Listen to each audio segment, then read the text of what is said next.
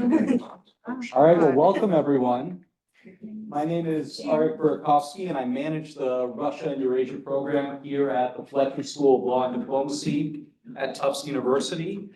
We are delighted to have you join us for our conversation today with prominent independent Russian journalist and author Mikhail Zygar, who is widely considered one of the sharpest thought leaders when it comes to Russian history, politics, society, and culture. He will present his latest book, War and Punishment, Putin, Zelensky, and the Path to Russia's Invasion of Ukraine, which was published this year. Please note that this event is being video recorded, and I'll let you trickle in and take your seats. We're pleased to collaborate on this event with Fletcher Pride and Fletcher's 9th Annual Conference on Gender and International Affairs, CGIA, which is a student-run conference here at Fletcher and will take place later this week. Before I introduce our distinguished guest speaker, I would like to turn it over to the co-chair of CGIA, Aaron Norris, to make brief opening remarks on behalf of the conference. Aaron. Thank you. Hi everyone, and thank you for coming tonight. First of all, as the co-chair for CGIA, I would like to thank Eurasia and Russia Department for collaboration, as well as Mikhail for coming and speaking with us today. This is a really exciting event. Briefly, I'd just like to talk about the Fletcher Conference on Gender and International Affairs, which is an entirely student-run conference, as Arik said. It will be taking place this Friday, November 17th, starting at 3:30 p.m. with our really cool keynote, Lacey Healy, who writes for Inkstick Media. And we will be having some panels that are very relevant to the discussion at hand today, one of which is talking about the intersection of gender and disinformation, which I think is both very relevant to Mikhail's work as a journalist, but also incredibly relevant to discussions of gender and sexuality in the international context. We're also going to be having a panel about highlighting the lived experiences of LGBT folks who are living under repressive regimes, which is also very relevant to Mikhail's story. And we are talking all weekend about themes of power, policy, and progress, and how gender plays into these conversations. Thank you so much. We really hope to see you all there. Thank you.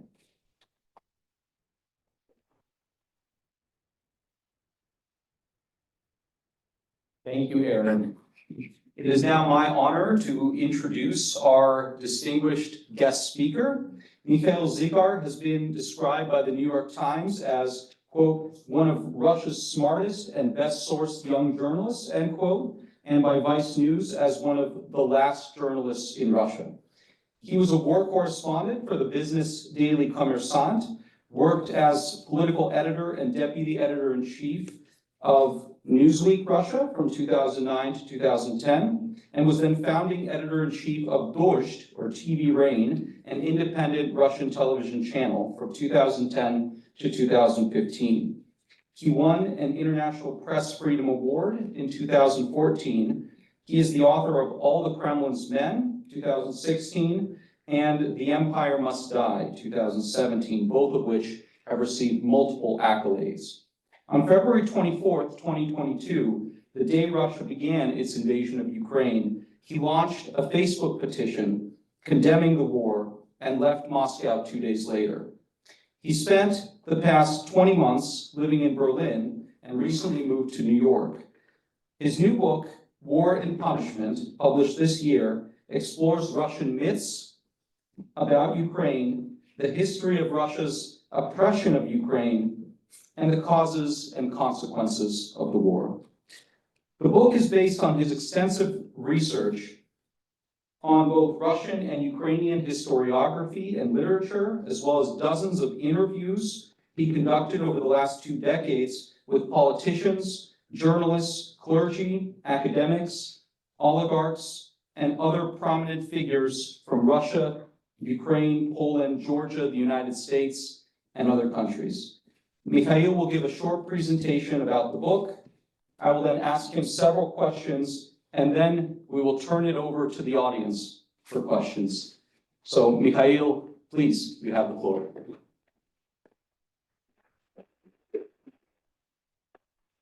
Thank you so much. Thank you for having me. That's an honor. Actually, I started writing this book back in 2021, and I spent several months traveling across Ukraine. I spent several months in Kiev. That was the first time when I met President Zelensky and interviewed him for the first time. And I had an idea to write a book about Ukraine as the new phenomena, as the example of absolutely different political development that is really different from all other post-Soviet republics. And I was interviewing Ukrainian politicians and the leaders of Ukrainian independence movement of early 90s and Ukrainian oligarchs and a lot of people. But actually most of my ideas were outdated in February 2022. And it was very clear for me that day, February 2024, that I have to write a completely different book. And everything I was thinking before is wrong because I changed not only my mind about the book I was going to write.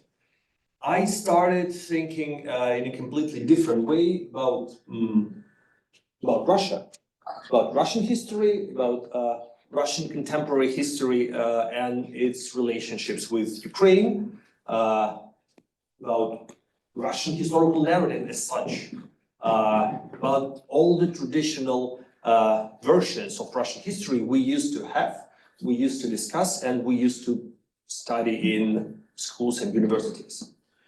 And that was probably one of the reasons and one of the most important factors influencing me while I was writing this book. Because after all, it seems to me that we don't have Russian history. We don't have history of Russian people at all. Unfortunately, I'm coming to the conclusion that most of classical Russian historians used to work as historical propagandists.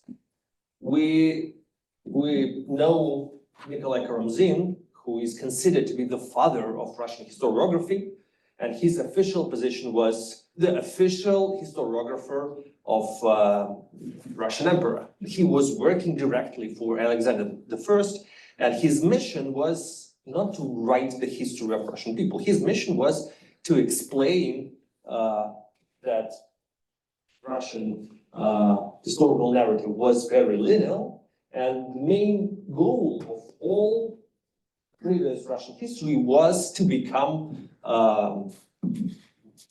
the unified empire of Alexander I. Unfortunately, that's the same thing, the same story we can tell about most of well-known Russian historians. And we know that most of Russian leaders were very careful about Russian history. They were very, they tried to control the historians.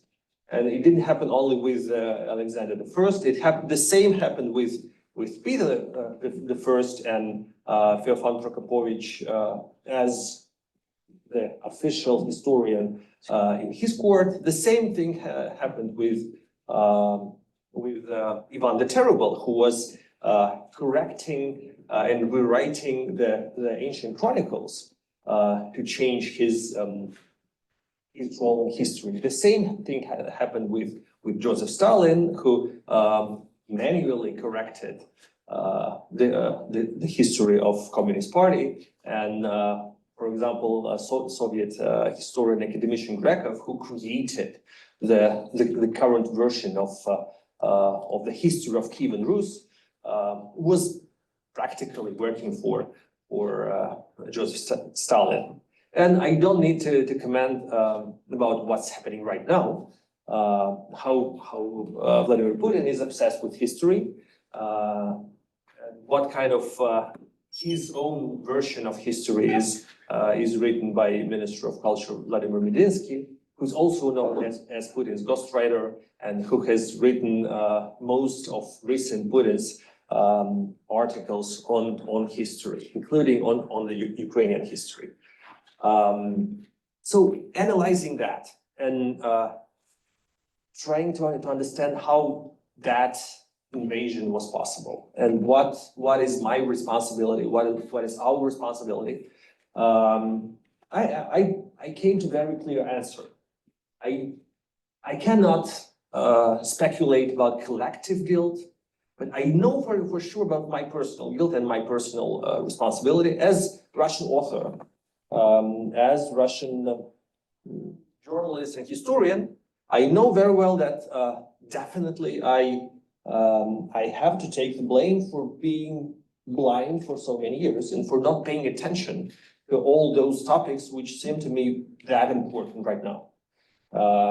And I think that, yes, Russian intellectuals, Russian authors didn't pay attention to that important topic. They did not pay attention to the problem that Russian empire poses itself.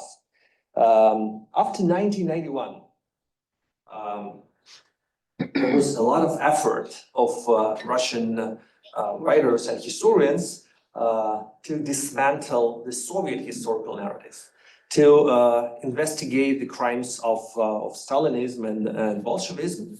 But actually, Russian historians, most of Russian historians stopped there.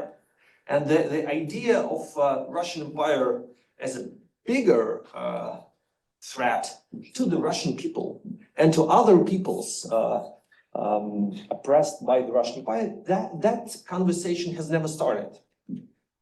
Till recently, the idea that the Russian Empire could be called colonial empire was no-go for most Russian historians.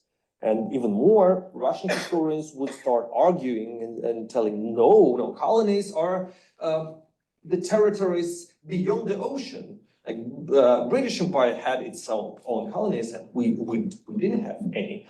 And we heard the same story recently told by President Putin during Valdai Forum, and then repeated by Margarita Simonyan, that Russia has never invaded any country. Russia has never conquered any nation.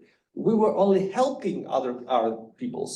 We were doing our best. We were sacrificing to help other nations, and they voluntarily joined Russian Empire because they were so thankful for our sacrifice. That's the story I've heard as a child in my school.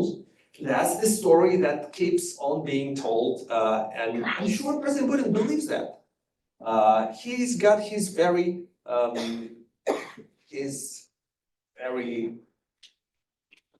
odd approach to history, but mostly it's based on very old tradition of historical myths.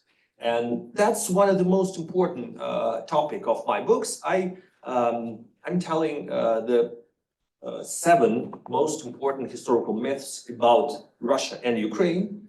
And all those historical myths are the substitutes for the real history. But at the same time, they are affecting our today's policy. They are affecting today's propaganda.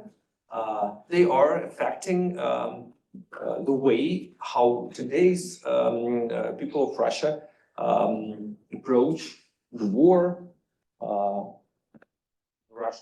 Russian history, and the role of Russia in international relations. I'll just touch them briefly. Those myths are so-called reunification of Russia and Ukraine in the 17th century, which was the contract signed between Ukrainian Cossacks and Tsar of Russia. And they definitely had very different version of the meaning of the paper they were signing. Ukrainian Cossacks had the experience of signing contracts with other states, other governments.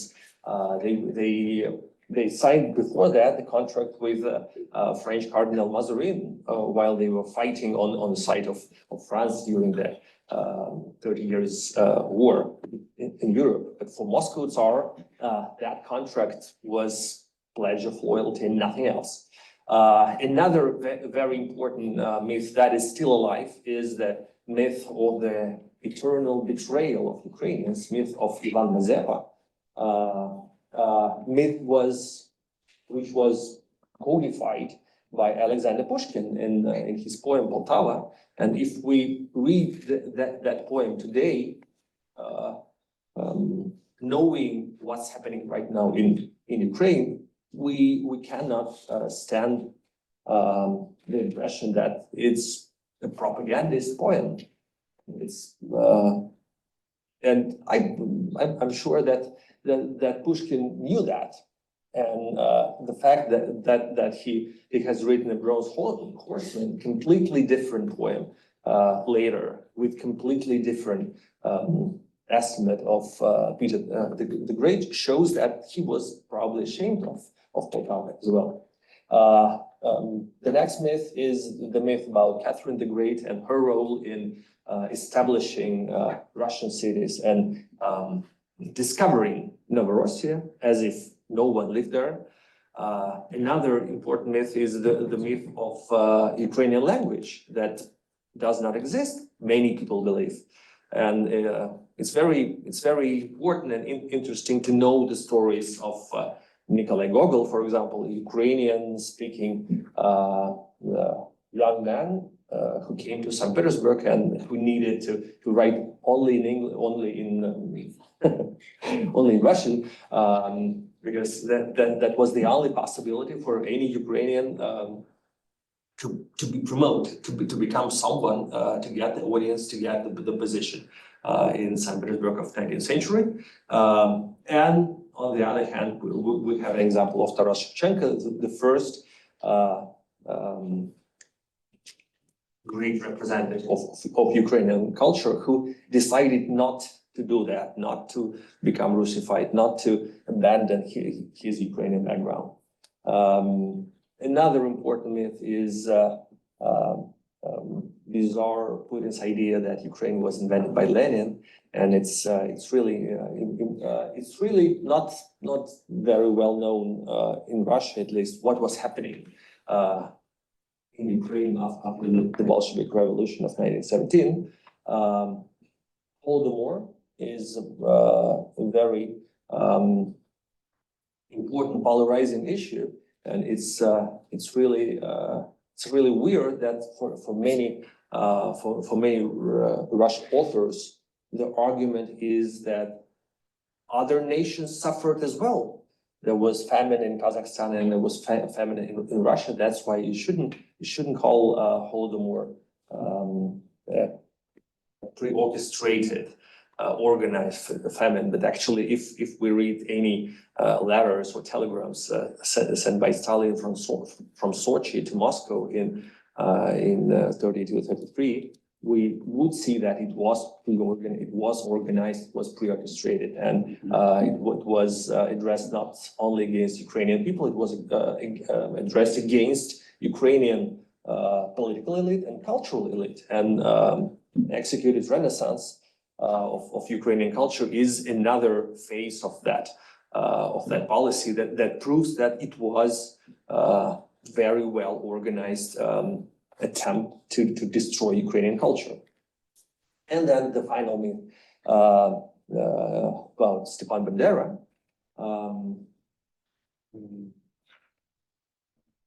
I'm telling a very funny story in my book how Vladimir Putin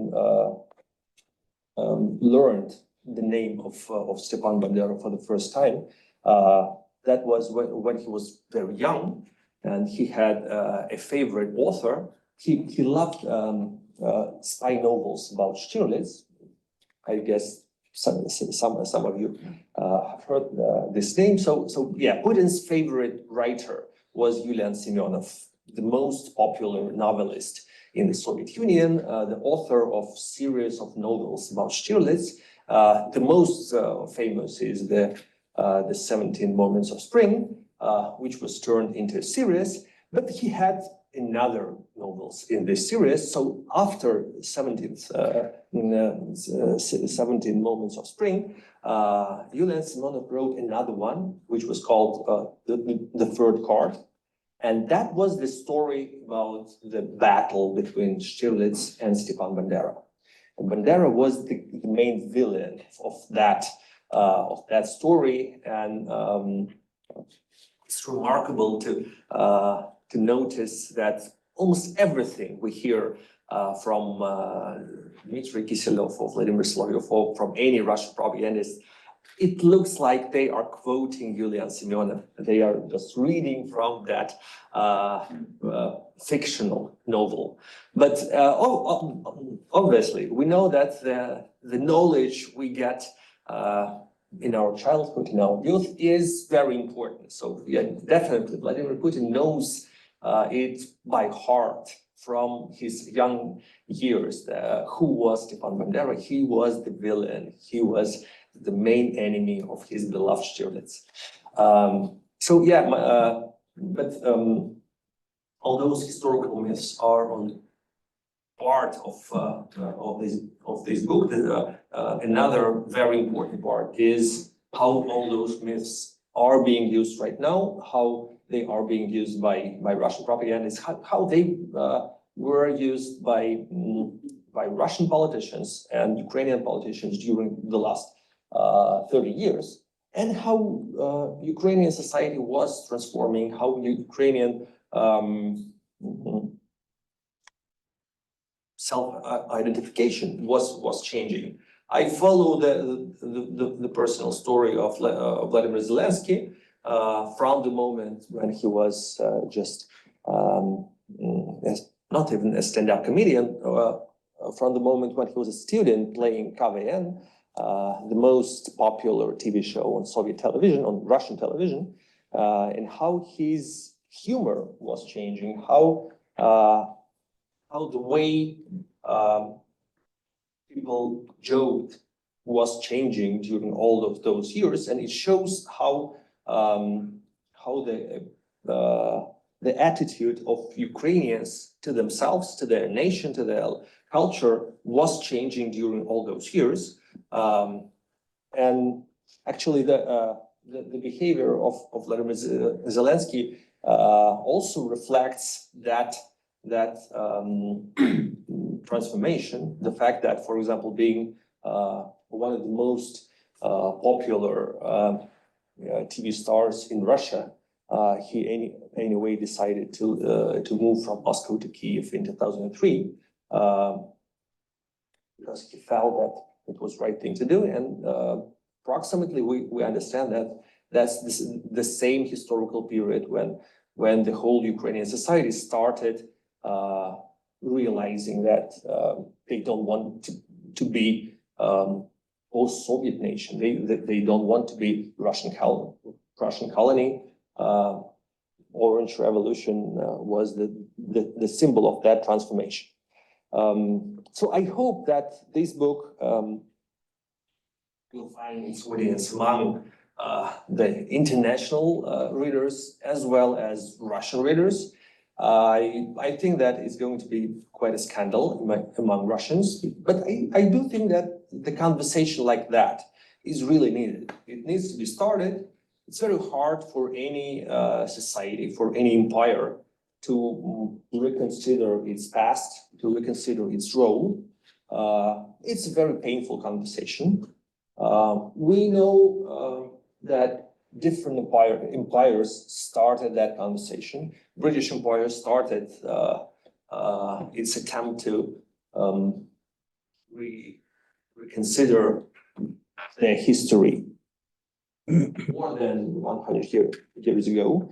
And Kipling, apart from being an author of Jungle Book, is not considered to be a decent thinker, and he was denounced for his white man's burden 100 years ago. For some empires, that's much more painful conversation, but at least it needs to be started. And I think that to start this conversation. It's the right time to start this conversation for the sake of the next generations of Russians. I'll finish my presentation with an anecdote from Germany. It's not an anecdote though. I've spent a year and a half in Germany, and I was constantly discussing with Germans the denazification of Germany and how many years it took to overcome the burdens of Nazism. And most Germans do not believe that the process of denazification in 40s and 50s was successful. Most of them say that it was not successful, and grandfather remained Nazi till the end. But the common legend is that only in 70s, when American TV series named Holocaust with Meryl Streep was released, that was the turning point. That was the first moment when the new generation, when the people who were born after the war, they watched the series and they started talking. They were the first generation capable to discuss it, because before that, in 50s and 60s, for the people who lived during the war, the question of concentration camps and of the Holocaust was taboo. They preferred not to discuss it. They preferred not to ask, not to explain. It was just silence. And the first generation that was capable to raise that issue was the generation of people born after the war. So 25 years after the end of the war, and we can talk.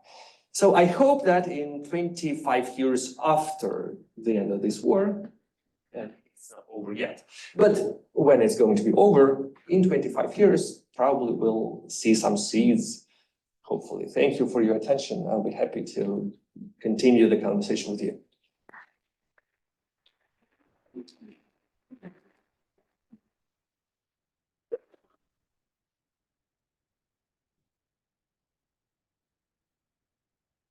Thank you, Mikhail, and congratulations to you on a fascinating book. I will ask you just a couple of questions and then we'll turn it over to all of you. So much of the book, as you mentioned already, is devoted to not just the role of historiography, but also literature informing Russian myths about Ukraine all throughout history.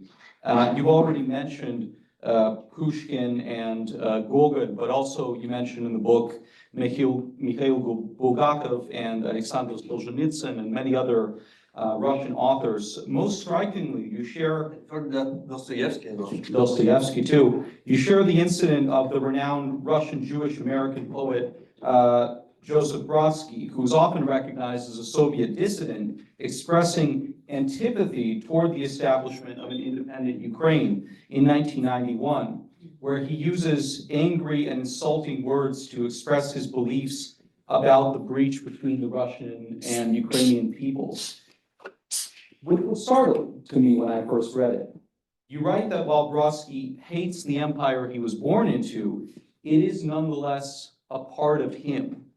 Do you feel that the empire you were born into is still a part of you? And how can we think more critically about Russian as well as Ukrainian literature today in the context of the war? How do we grapple with calls to decolonize or even to cancel Russian culture and tear down monuments to Russian poets and writers? I think you touched on several different questions, several different issues. If I'm thinking about the empire in me, that's a very legitimate question. And that was the question I was asking myself, right, during the first months of the invasion, and I keep asking myself, and that was one of the most important reasons for me to write it, because I realized that, for example, I was arguing for many years. It was it was not a hostile argument. It was like a friendly intellectual chat. But I had a lot of arguments with my Ukrainian friends, and now retrospectively thinking of all those arguments, I feel ashamed. And I know that I was wrong. And then, because I could see only one part of the picture. I could not, and I did not think about their pains and their experience and all the traumas of Ukrainian culture, for example. And I really understand that most of my arguments were fake. And I know that for many Russians, it's still they are still valid, and we need to come a very long way. And as I said, we are just in the beginning. I don't know. I really don't know if it would be helpful for us to cancel. Because we have different perspectives. I cannot speak on behalf of Ukrainians. I cannot argue with Ukrainians as Russian citizen. I will never argue with any Ukrainian, and because I understand their emotions. They are very emotional, and they are right because they feel the pain. I do not question monuments being demolished, because I know that, yeah, definitely Russian culture was being used as a weapon against Ukrainian culture. It was not Pushkin himself who was destroying, or Tolstoy. Let's choose Tolstoy because he's more innocent than Pushkin. He was still a pacifist. But he was used as the weapon against Ukrainian language, against Ukrainian culture. So nothing personal. So it's not Tolstoy's guilt, but obviously, if Ukrainians don't want to see Leo Tolstoy street or to see the monument, they should get rid of it. It's their right, and we should not be advising them what to feel and what not to feel. I think, but at the same time, it's not my cup of tea to analyze what Ukrainians think and feel. I'm sure that they have so many issues and so many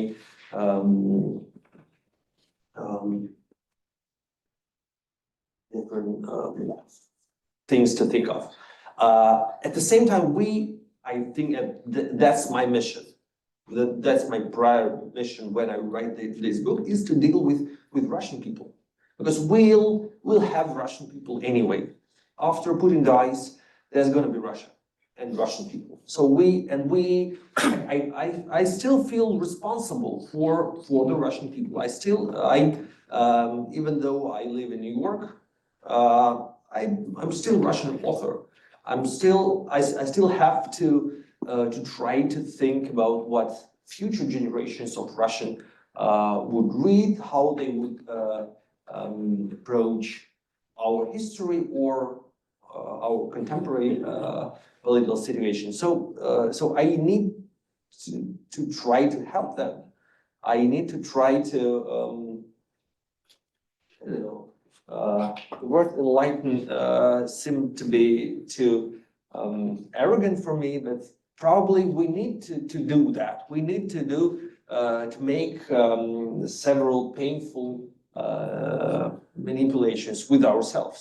I don't think that if Russians decide to cancel anyone, that will be helpful, but it's definitely helpful to try to not to create sacred cows.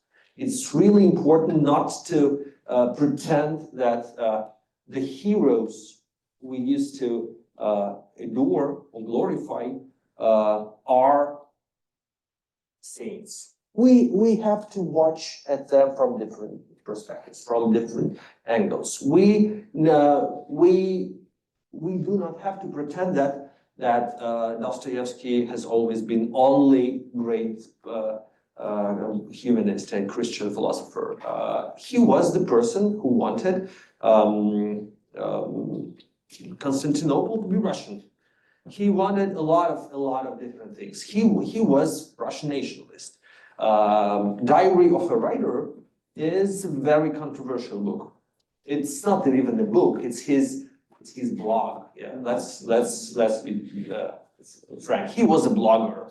He was publishing his monthly blog as a magazine, and his blog was very.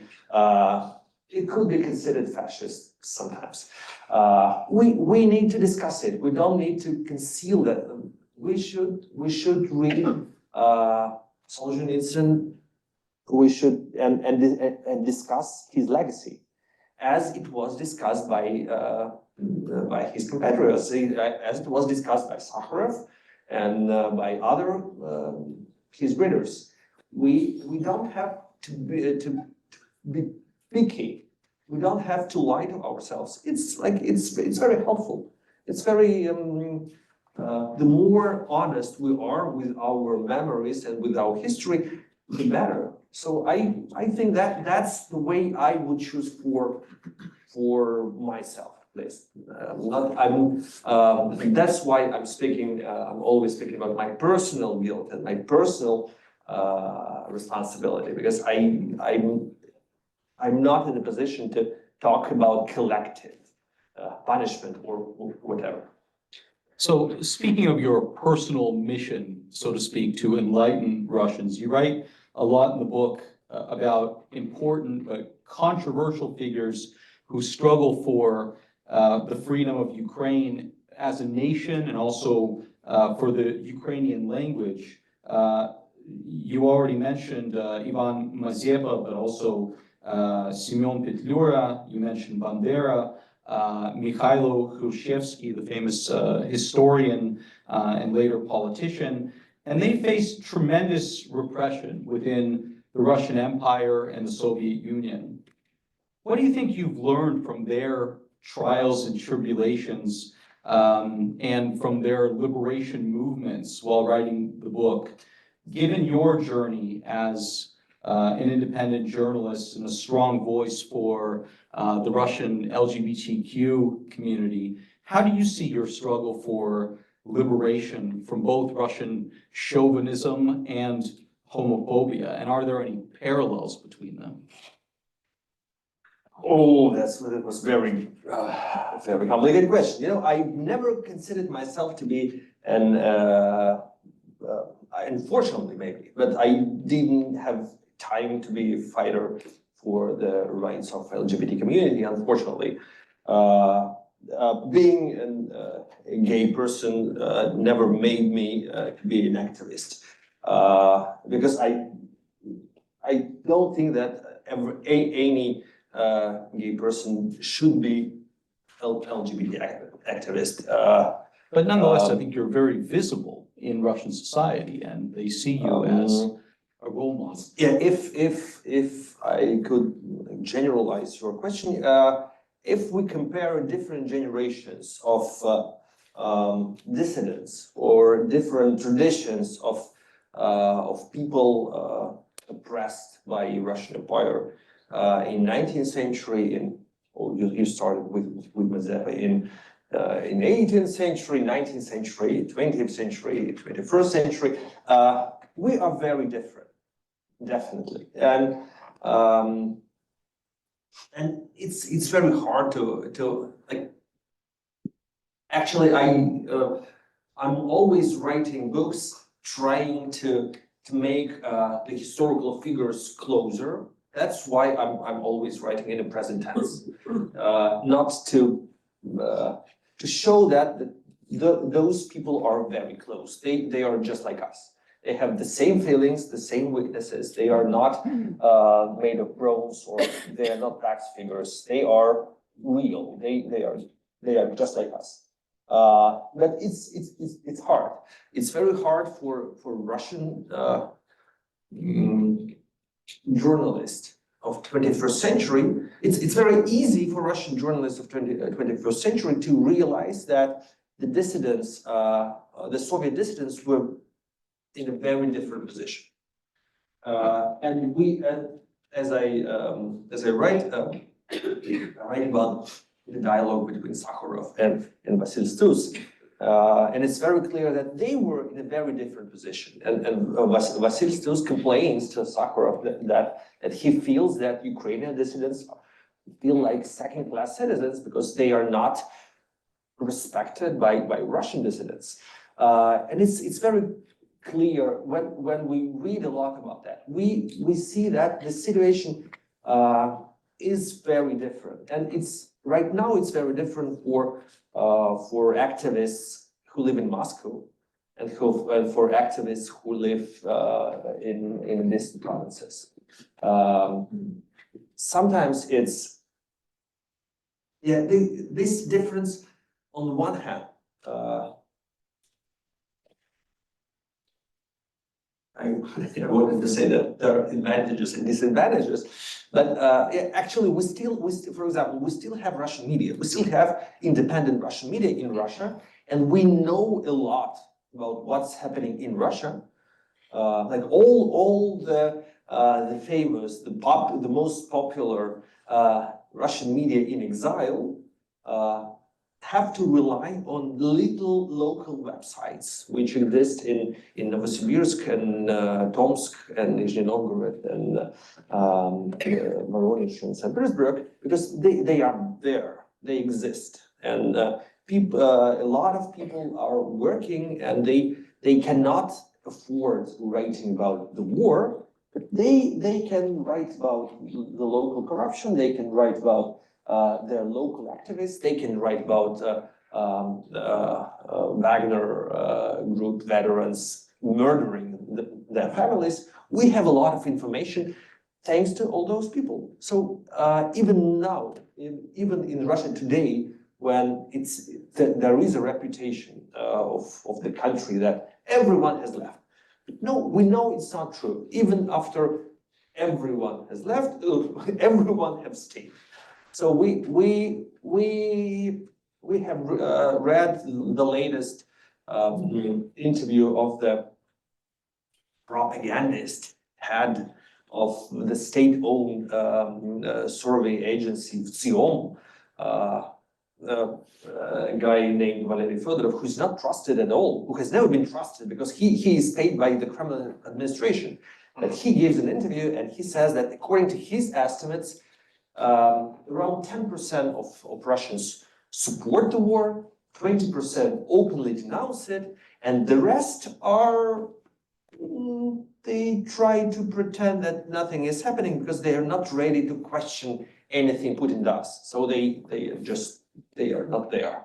They are hiding under the bed. So, and that's very revealing statistics about how the situation is in Russia, and it's changing rapidly. So I would not try to compare Russia that exists today to Russia that existed 2 years ago, and to the Soviet Union, and the way how Russian authorities, it's very easy to compare and to say that, yes, we are the victims of the same empire. I think that's like, this simplicity doesn't work. We are dealing with different people, and people whereas like Vladimir Medinsky is not Mikhail Suslov.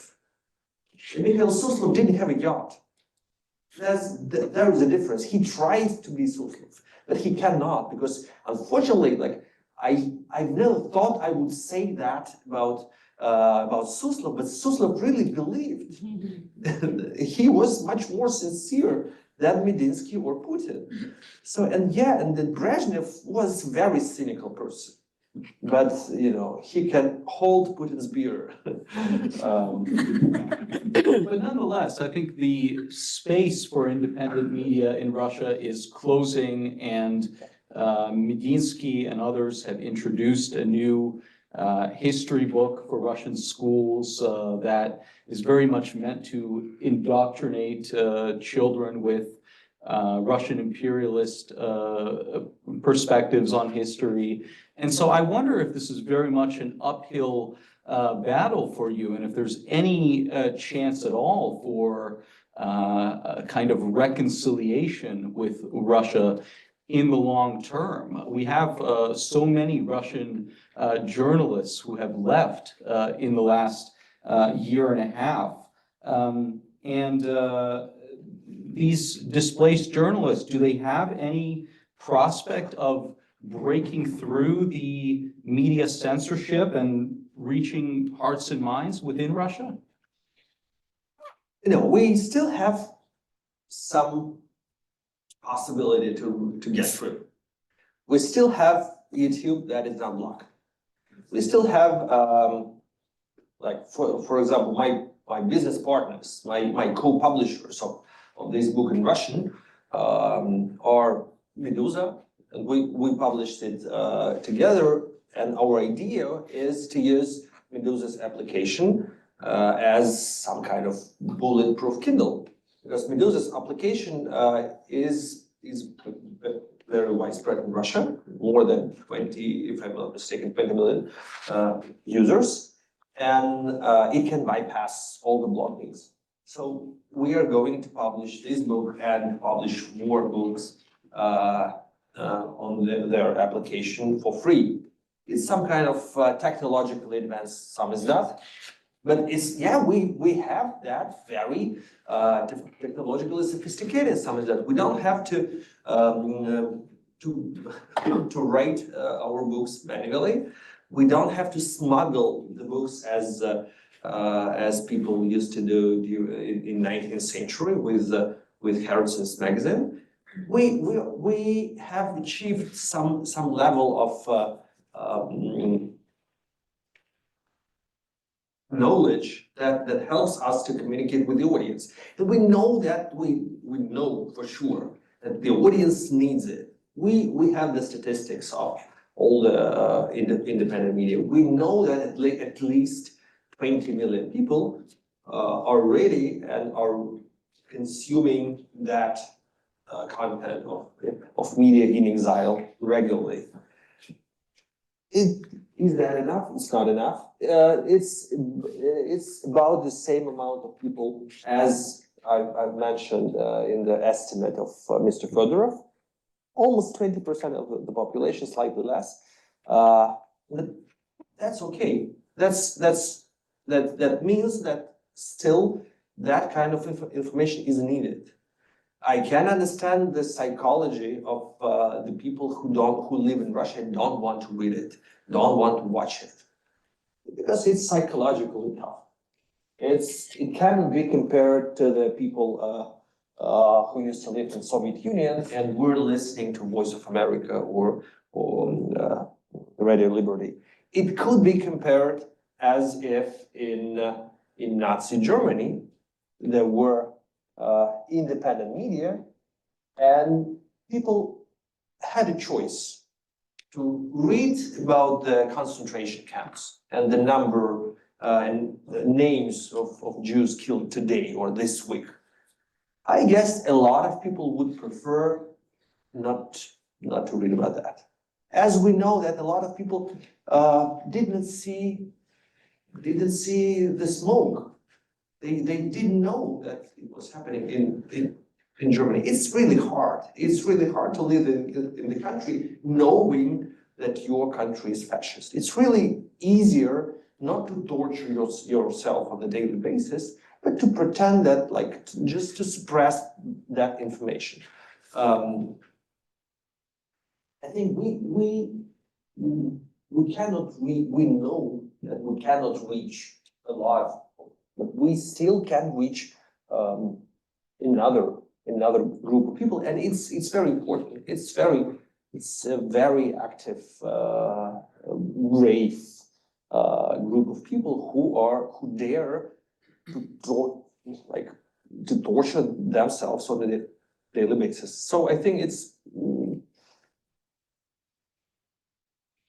the last important thing is that we don't know our timing. We don't know how many years it's going to take us to. It's going to take him to die. To be frank. So, yeah, we are, unfortunately, we are dependent on the physical health of one certain person. You mentioned in the book that there's a prominent view among Russians that it's my country, right or wrong. I feel like over the past year and a half, the majority of the population has become accustomed to the war. As you mentioned, there are 10% that are very vocal, overtly supporting the war, maybe 20% or so who are against. And the rest of the population just seems to be apathetic. Not really caring about what's going on. Would you agree with that assessment? No, that's the story I always tell, but I love it. I think that we've got very few criteria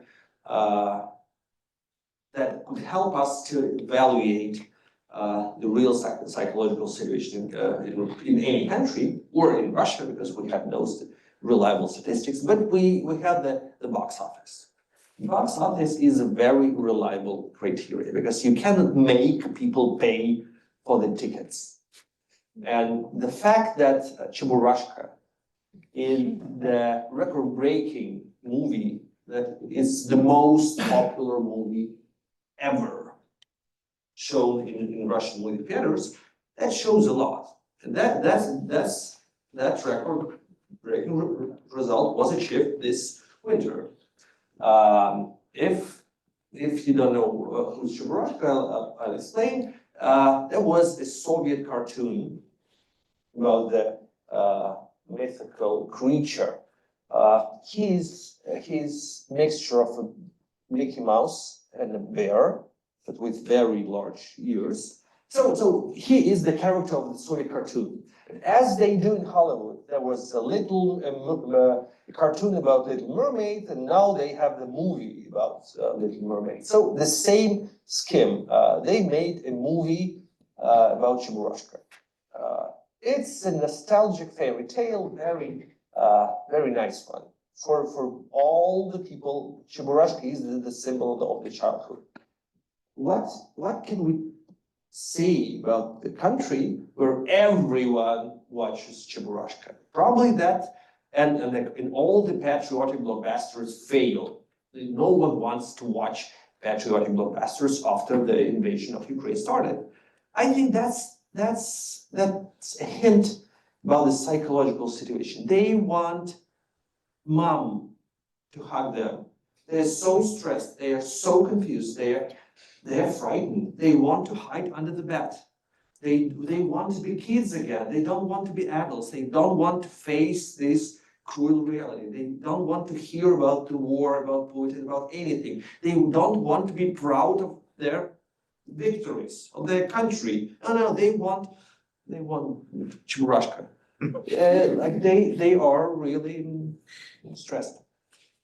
So I have many more questions, but with that, we'll open it up to all of you. So if you have a question, please line up in front of one of the two microphones, and I will alternate between the two sides of the room.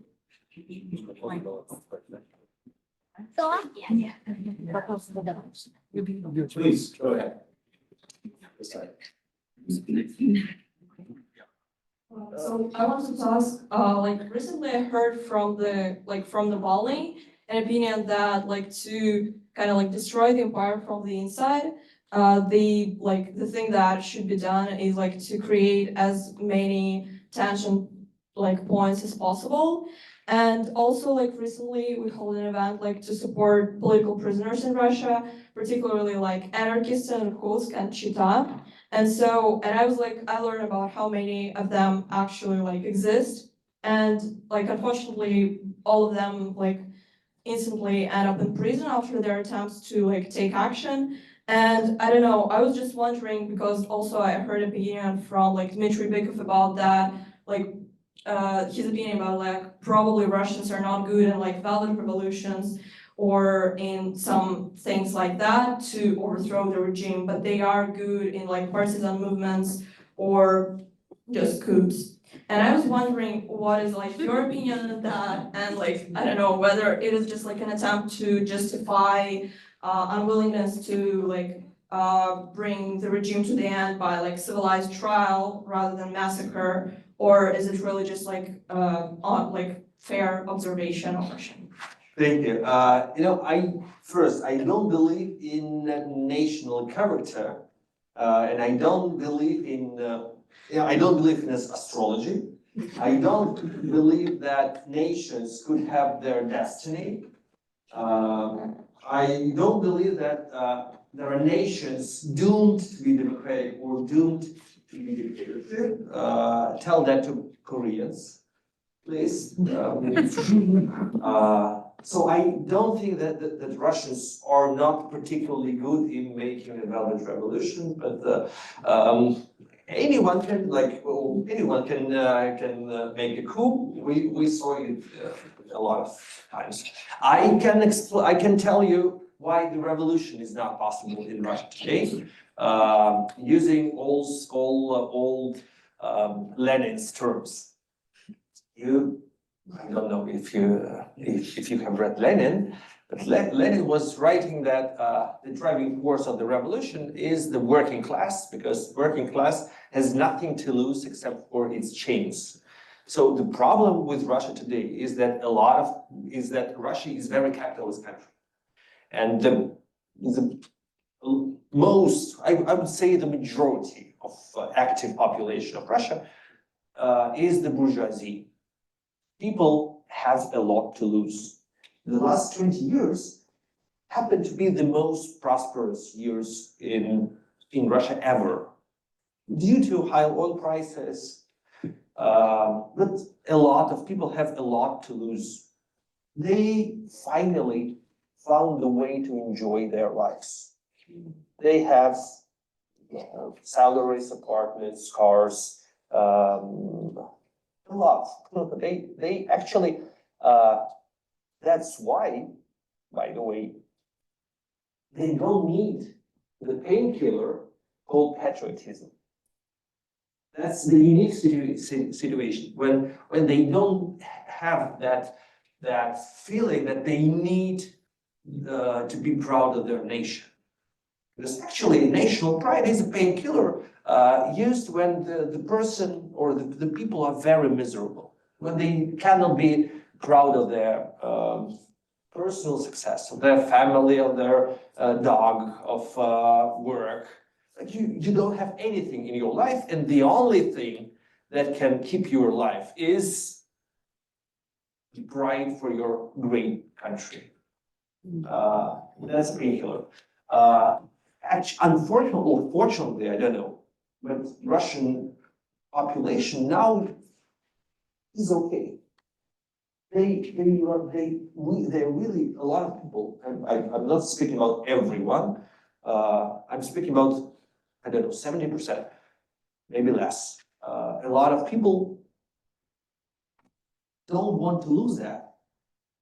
That's why they don't want to, they don't want revolution. They don't want velvet revolution or any other kind of revolution. They just want to pretend that nothing is happening. They want it to go away somehow. Probably he dies and it's gonna be back. Yes. Hello. I spent my summer in Europe and also visit Germany. And there's many Russian immigrants in Germany, as you spent also some time in Berlin, you know. And talking to them, I had they made me a point, which was made me to think a lot. And I want to address it to you, so maybe you know the answer, and maybe you also have this discourse too. So many of, some of the people say that Ukraine to Russia is kind of the similar, not to colonies, which all Europeans had to have, but more like Bavaria to Germany. Because Bavaria, for those who doesn't know the context, was a separate state with distinct language and distinct culture. Germany did not exist when, Yeah, exactly. But well, it's not really correct, because if we're speaking about Bavaria, let's speak about Saxony and all other Prussia. Yeah, but so, I mean, you basically started to answer my question. But well, what would you say to these people? So what's the difference between this relation which have Russia and Ukraine and like a bigger Germany, like Prussia maybe, with Bavaria, broadly already started to it. I've heard much more often, I've heard comparisons between Russia and Ukraine with England and Scotland or England and Ireland. Because, yeah, England is the imperial center. In history of Scotland, there is one very interesting moment that reminds me of one of the characters of my book, Ivan Mazeppa. Have you seen the Braveheart, the movie with Mel Gibson? So it's obviously it's almost the story of Mazeppa.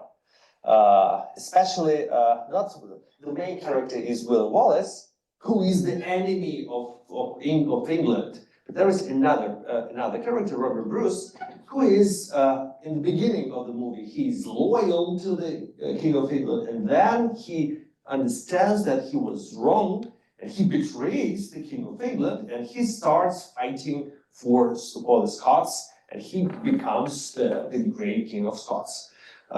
So in Russian terms, in terms of Pushkin or of Russian propaganda today, that's a story about the great betrayal. Like all those characters are terrible, like villains. How come Hollywood makes that anti-British, anti-English movies? How dare they? It's interesting that history, like different cultures, different nations cope with their histories in a different way. And in several centuries for England, it's okay not to consider historical characters as traitors or villains. And it's weird that that work has not been done in Russia. And yes, I really think that his history does not justify anything. It's immoral to try to justify, to explain anything with history. When Vladimir Putin a week ago started speaking about Alexander Nevsky and the great knight prince of 13th century, and started speaking about his relationships with the Golden Horde, it's so pathetic. It's so, but like. Yeah, okay, it's funny to compare Russia today to the Middle Ages. Yeah, okay, but it's bizarre to explain anything what's happening right now with any history, and actually it applies to any political conflict.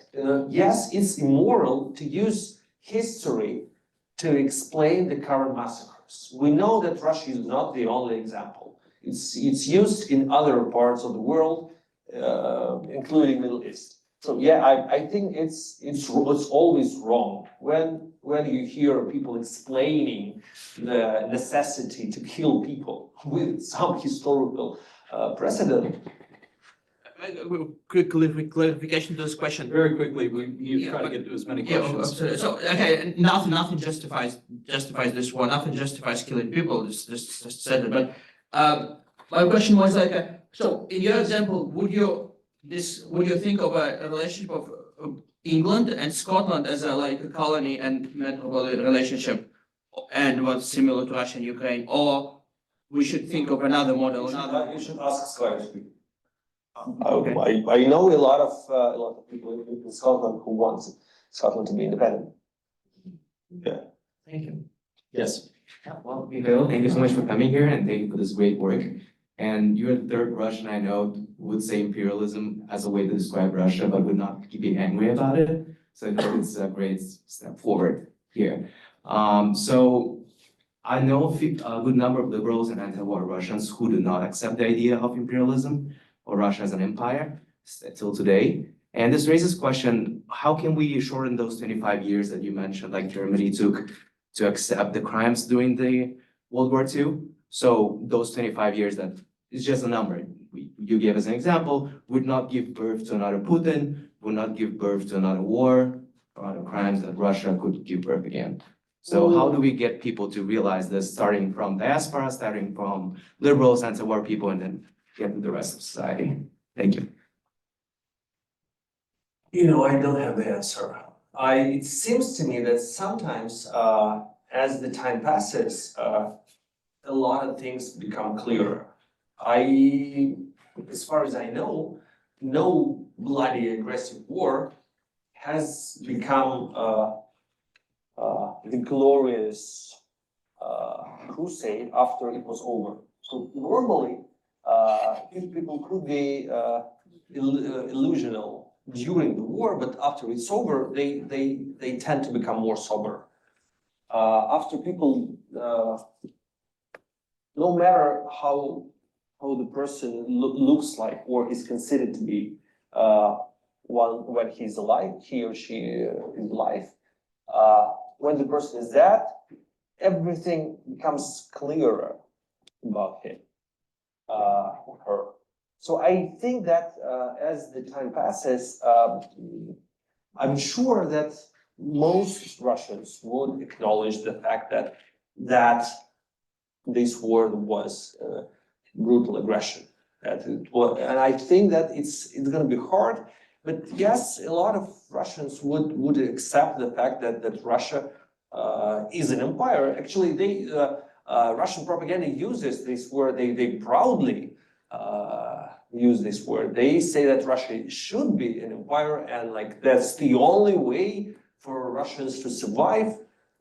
But I think that I don't have the recipe how to prevent us from having another Putin. I don't think that we are going to have another Putin because he is such an odd mixture of troubled childhood in a gangster St. Petersburg after the war, then worked for KGB, then troubled working gangster St. Petersburg in 90s. So it's very hard to find another person with such a bouquet of different imperial prejudices.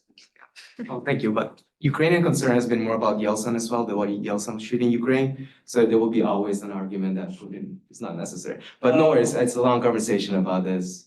I agree, but for me, unfortunately, there is not much difference between Yeltsin and Putin because they are both people from the Soviet generation, and we saw 3 generations of presidents in Ukraine. There was 2 first presidents of a communist generation. Both of them were prominent members of Communist Party. Both of them were members of the Central Committee. Then there was another generation of Komsomol members, and the third generation is post-Soviet generation. Zelensky has never been a member of Komsomol or Communist Party, and he spent most of his life after the collapse of Soviet Union. Russia didn't have that chance. Russia is still ruled by the first generation. And your book is a good start for this process. Thank you. Hopefully, take it. I just had a question about your stance on Stepan Bandera, because of course, although he is viewed as a figure of Ukrainian resistance against Russian occupation and Russian aggression, at the same time, he was also responsible for the murder and his Banderites of Jews and Poles in Ukraine a lot, and specifically is not very popular in eastern or southern Ukraine. And I was just wondering, I mean, although Putin is very, very wrong for saying we're denazifying Ukraine, for a Jewish president to then be celebrating Bandera, even though his ancestors may have actually suffered from the crimes perpetrated by Bandera's people, where do you stand on that? I mean, in consideration with the current situation?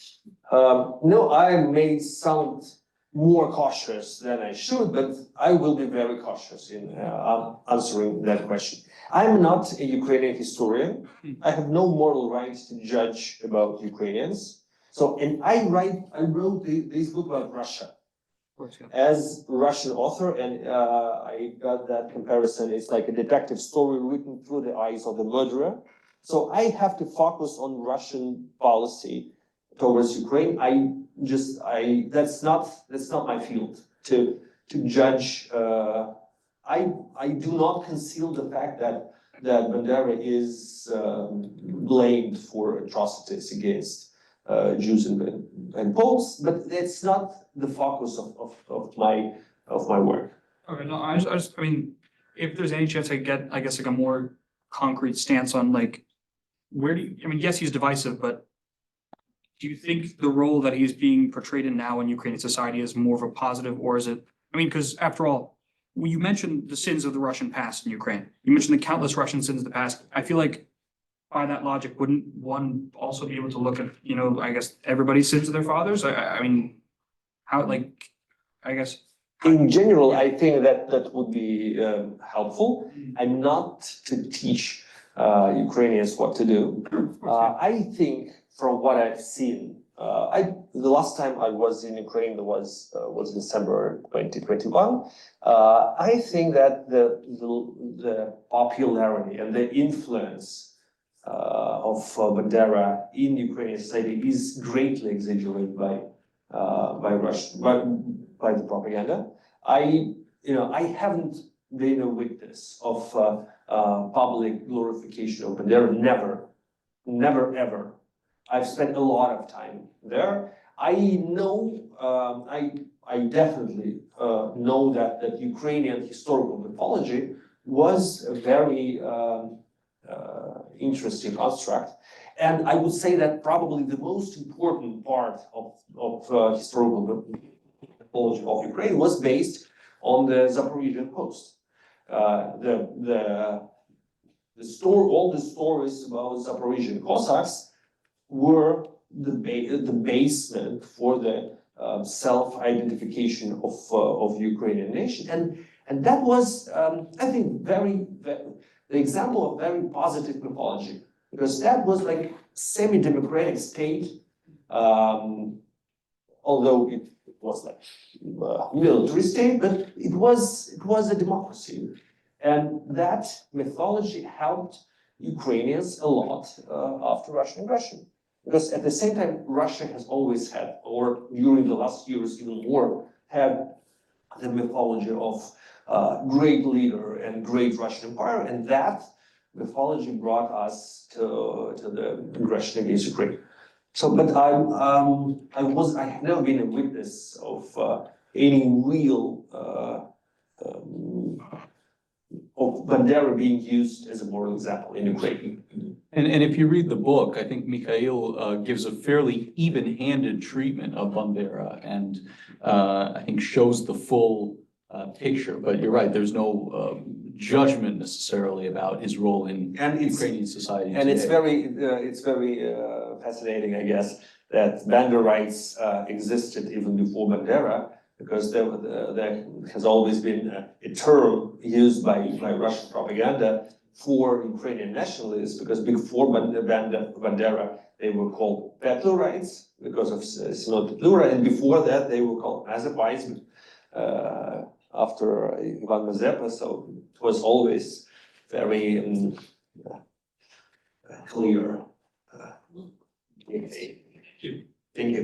Hi, I have two questions, one of which can be quick. So my first one, in your talk, you mentioned several Russian authors and cultural figures. And I think for decades now, a number of Russian liberals and Russian intellectuals have been resistant to critically examining those figures and that role in Russian culture that is taken to kind of subsume other, like the colonies, if you will. Do you believe that since the beginning of the war, it's possible to achieve a new level of introspection and critical reexamination as you do in this process in this book? And my second question is, what strategies can we take to platform anti-imperialist movements and activists in other areas of the former Soviet Union?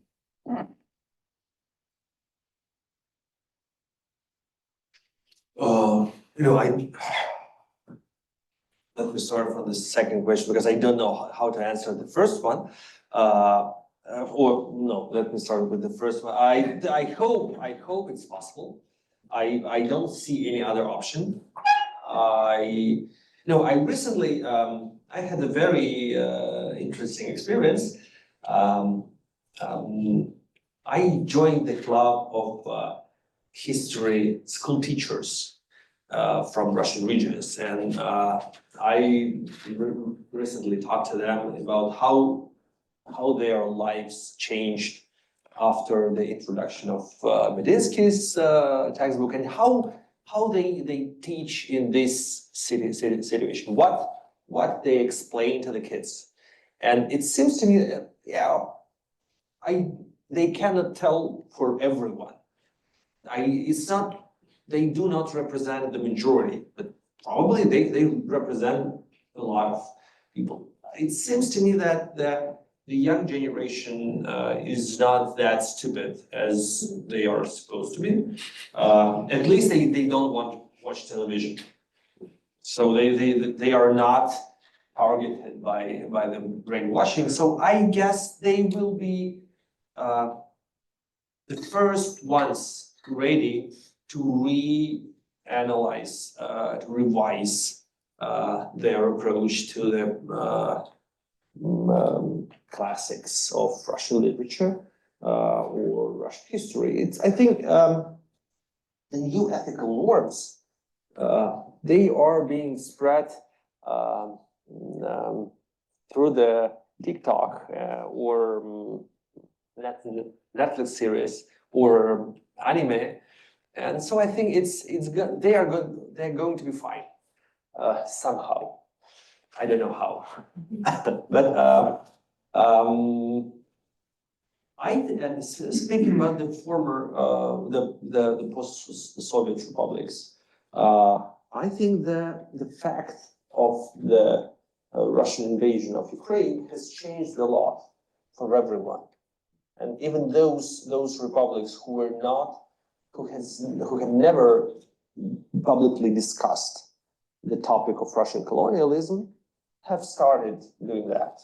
I know that it hasn't been the popular topic in Kazakhstan for many years, although in the history textbook published in Kazakhstan, I would say 15 years ago, the part about the Soviet period was called the colonial period.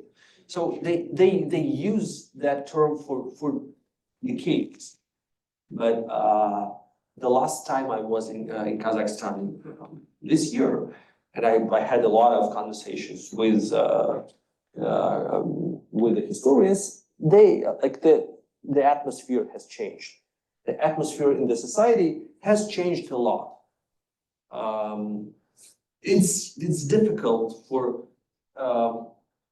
Russian-speaking people because, for example, Kazakhstan is a very difficult example because Russian television is still functioning there, and all those people in Kazakhstan who want to watch Russia 1, they do it, but still. The approach to Soviet history has changed a lot because every single country sees itself on the side of what would happen if they were the victim, not Ukraine, and so it will lead automatically to the historical decolonization. Thank you. Thank you. So we have just a few minutes left. Let's collect these last three questions and then we'll have Mikhail answer them. Well, thank you. Thank you so much for coming to Boston, and thank you so much for this book. I didn't have a chance to read it yet, but I watched your video on YouTube about the myths of Russian-Ukrainian myth. And there is still one point that I didn't get, and I have a question about this book.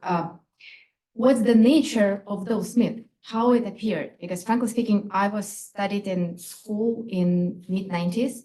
It's very regular district in St. Petersburg. And there was anything related to like Ukraine is a bad country, and there was always nothing related to those myths that you are mentioned here in this book. So the question is, what is there any specific like time period or person responsible for creating those myths? Or is it like in a Putin's head, or is it in a KGB school? Like, still didn't get this point. Thank you very much. Mm-hmm. Yes. So I'll slightly step aside from all of the global concepts, Russian imperialism and British colonialism and everything.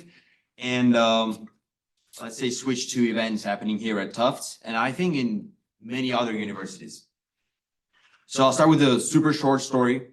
A couple of weeks Can ago. you just make a short question because we really are running out of Okay, time. okay. I'll try to formulate it shortly. There were two publications in our student-run newsletter about decolonizing the Russian program and actually canceling the Russian culture as it's the culture of the aggressor's country. So my question is, what should be our response as a community that definitely stands against the war? And I don't know a single Russian-speaking student here at Tufts who supports the war. And in addition, can a Russian tea ceremony take place at an American liberal university? Thank you so much. I interviewed Gorbachev in 2014. Any thoughts on him? What he thinks about Putin? Okay, thank you. That's all the time we have. Okay, very quickly. Just, Mikhail, just one little clarification I would like to have from you.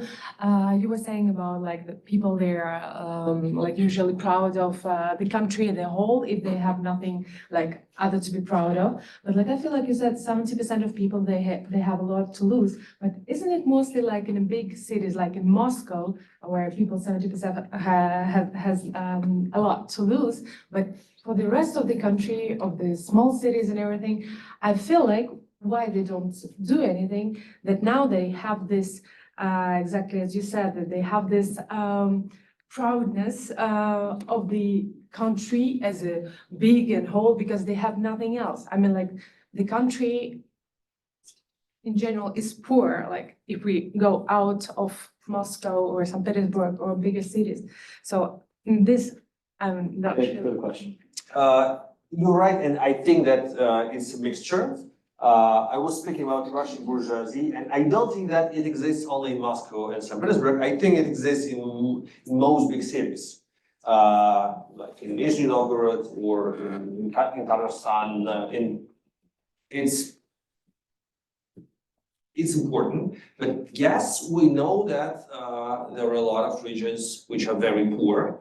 And those regions are being used as the source of the soldiers, and the mechanism is like when the average salary is 20,000 rubles and 200,000 rubles is paid for the soldier. That's the deal.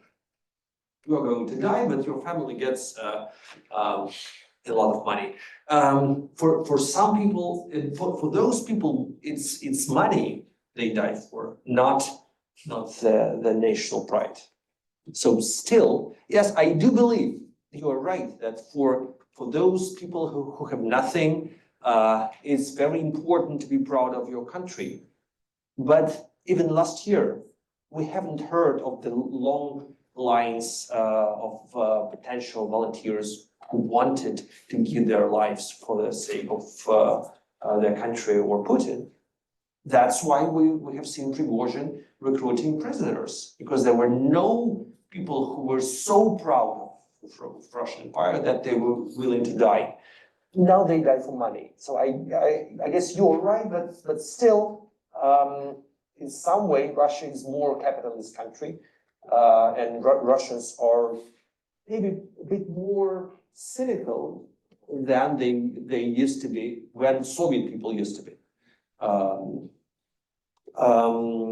Speaking about that, I'm not aware, unfortunately. I would love to learn more just as a journalist about what's happening in Tufts and what's happening with programs. I cannot, it's hard for me to comment. In general, I think that I think the question was, yeah. should we study Russian I know. culture today? I understand. Yes. In general, I think that Russia will exist. That even in 10 years, even after the war is over, even after Putin dies, it will be there. It's not going to disappear. As it didn't disappear after the collapse of Soviet Union. And I think that the decrease of studies of Russia and the decrease of attention towards Russia in 90s was one of the reasons of the revenge. And that the approach that the approach we saw in 90s, like the bear is dead, let's forget about him, was not right. I think. So I think that Russian studies are needed because Russia is going to stay. It's going to be a factor. It's not going to be the enemy number one. It's not going to be the pole in the new bipolar world. But it's going to be a very important factor, and it will exist. And hopefully it will be more distant country, but we don't have 100% guarantee. Maybe it will be a terrible country, terrible dictatorship, but still we will have to do something about that. Not we will definitely need all the Americans and Europeans will have to do something about that. It will be hard to pretend that it does not exist. So I think that it's not, we study not only something we support, we will need to know something about it, even if it's behind the iron curtain over the wall. Question about where does the myth get formed? I do not agree with you. You say that while you were studying in school, you haven't heard anything about that. You haven't heard about Mazepa. You didn't read Poltava. You haven't heard about Bogdan Khmelnytsky and reunification of Russia and Ukraine. You didn't read Gogol. You haven't heard about Taras Shevchenko. I think I think those myths were not invented by KGB. I think those myths were being created for many centuries. As the approach to Ukrainians that they like Ukrainian people are the little brother of the great Russian people. It was not created in KGB. Our habit to add the word great when we speak about Russia, like great Russian language, great Russian literature, great Russian culture. Fortunately, we don't have great Russian cuisine because we don't have Russian cuisine. But that was it's not healthy to be so great. Sometimes you have to be normal. You have to be. It's okay not to be great. So I think that those myths unfortunately existed, and probably they were not taught like. Now there are 7 commandments about what we should think about Ukraine. But yes, we heard a lot of anecdotes about Ukrainians. In my book, I have that story about the jokes about Ukrainians made by Ukrainians, by Vladimir Zelensky and his team while they were playing KVN. And most of their jokes about Ukrainians are terrible. Because we cannot imagine what would happen to a person who would speak that aloud right now. It's disgusting. Yeah, but we are changing. The approach to our cultures change. Yeah, it's not appropriate to say all those words anymore. So we got very positive transformation. So, but I do think that, and that's why now we can see the difference between the myth and the reality. Because 5 years ago I didn't see that difference. I was taking it for granted. And the last, I kept Gorbachev as the last answer because I knew him very well. I interviewed him a lot. he is, he is a great personality. He was not a great politician, unfortunately. I think so. But he was a very good person. He was really very sincere, and he loved his wife. That was important. That was important. He never wanted. He knew that his wife would have been ashamed to lay in the bed with a murderer. So he never wanted to be a murderer or dictator because he cared so much about his wife. I know a lot of very nice stories about him. Once I interviewed him, and like when he was old, he had very interesting superpower. He learned how to forget. So he, as many, like everyone does that. Everyone does that. Everyone constructs the memory to remember only those parts of your life which are comfortable, and something you are ashamed of, or you're something that makes you miserable. You can, if you can't forget it, you're happy. Gorbachev could do that. He could live in an artificial world he created for himself, and he could think of himself as the freedom fighter, as the person who brought liberty to the peoples. And he could forget that he was the last Soviet dictator. And every time he was reminded of that, he was really surprised. I remember one time it was cruel, but I wanted to drag him out of his cover. And I started asking him about his memories of the day when he learned that Ceausescu was executed. And I asked him, did you think that moment that you would be the next?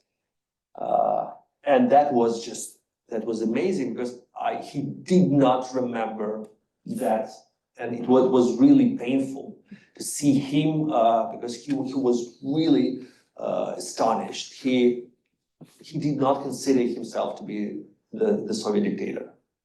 He could not. Obviously he was thinking about that in 1989, but by now he tried to suppress all those memories, so he was really startled. He could not compare himself to Ceausescu. I respect him a lot, although I can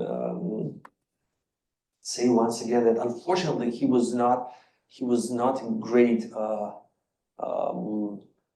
politician, because he was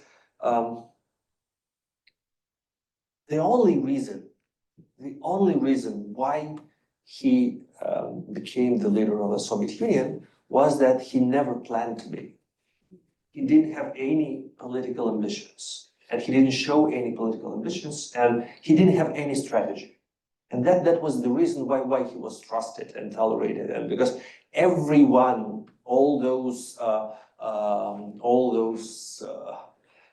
mighty members of Politburo were exterminating each other if they could suspect each other in having any political ambitions, and he was the only one completely innocent. They trusted that he didn't have any plan. He didn't have any strategy. He didn't plan to become the Secretary General. He was not dangerous.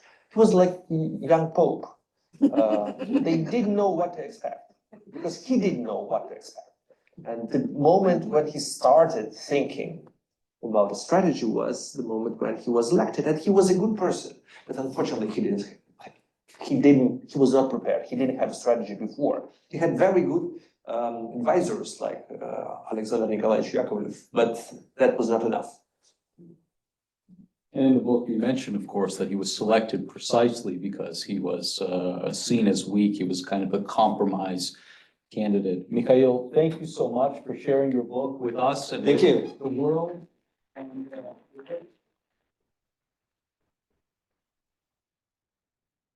we hope as many people as possible read it, both in Russia and outside of Russia. And one more thing I want to mention, we do have books outside for sale. You're welcome to stick around for a book signing and a small reception. And thank you, all of you, for joining us. Thank you for your questions, and have a great night.